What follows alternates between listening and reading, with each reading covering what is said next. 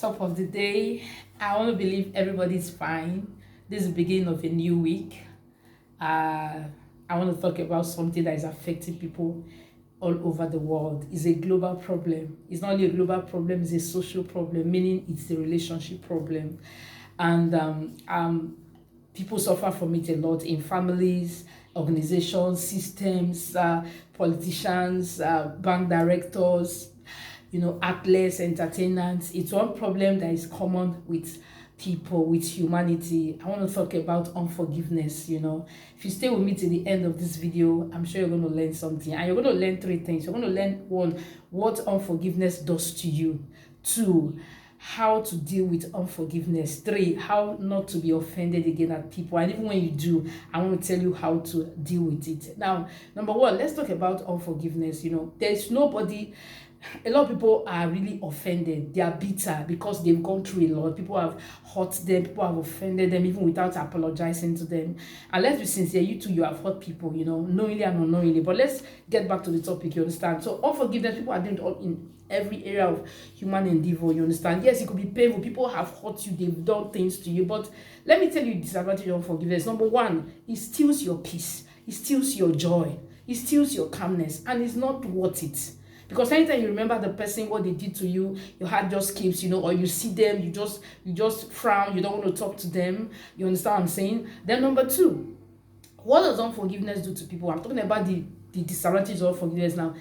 If it puts sickness in people's body, as a matter of fact, all these illnesses you see, like, I'm not talking about malaria and fever, I'm talking about cancer, all these serious ailments that in most cases money cannot deal with. That is what unforgiveness does, you understand? The God that told you to forgive knows what he's saying, because he knows that these are things that put ailments in people's bodies, you understand? And if you look at those kind of ailments, it's not money problem, you understand? It's not money problem. It's not what money can deal with. You understand? These are things that come. I'm not saying it's all ailments in the world that has to do with unforgiveness and all that. That is not what I'm saying. But the leading cause of serious ailments in the body, you understand, according to research, is because of unforgiveness, bitterness, unhappiness at what people has done to you. You understand? That's number two, what I've said about unforgiveness. Then number three, when you refuse to forgive people, you are sinning against God. Because God has told you, God has said, vengeance is mine, I will deal with it.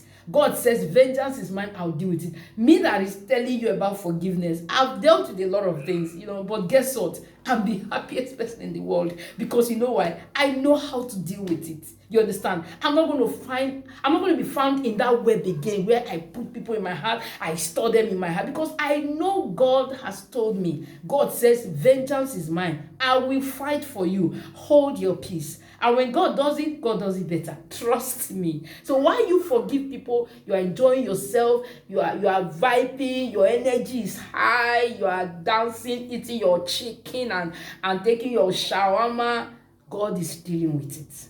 So which one do you prefer? You hold on to the grudge, you hold on to bitterness, or you allow God to deal with it? So that's the third thing about unforgiveness. You understand what I'm saying? Then number four, unforgiveness will block your blessings. Because when you disobey God, you pay for it. What did God say? God said, forgive and let it go.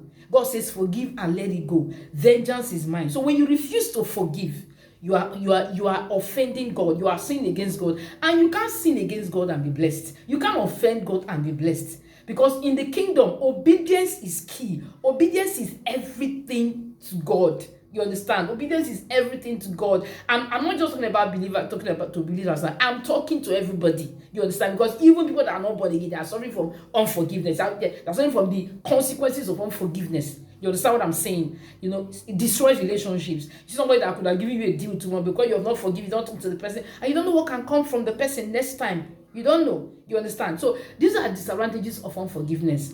And finally, let me tell you something. God is a God of divine justice. He says in Jeremiah chapter 9:23, he says there are three things God takes delight in. One of them is loving kindness. Two is righteousness. Three is justice. God is a God of divine justice. People must reap what they sow. Because people cannot continue doing the wrong thing and enjoying it to the next person and expect to go scot-free. In the world, it's called karma. Because there are laws that God has put in place to govern the human existence. One of them is karma in the world. And in the kingdom, we call it whatever a man sow, he will reap. So, beloved, I feel you. Really, I feel you. I feel you. But let it go. Let it go. Let God deal with it. You have your dreams to pursue. You have your success. You have your goals. You have your plan. And it's not worth it. There's so much that God can do for you. There's so much. I don't know about you, but me, hey, man, I love swag. I love enjoyment. Nobody can keep me unhappy. Nobody can make me unhappy. Because you know why? We have a God of divine justice. People are going to reap what they sow.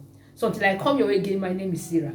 Keep enjoying yourself. Keep vibing. Let it go. Forgive so that your blessings can come. And so that, guess what?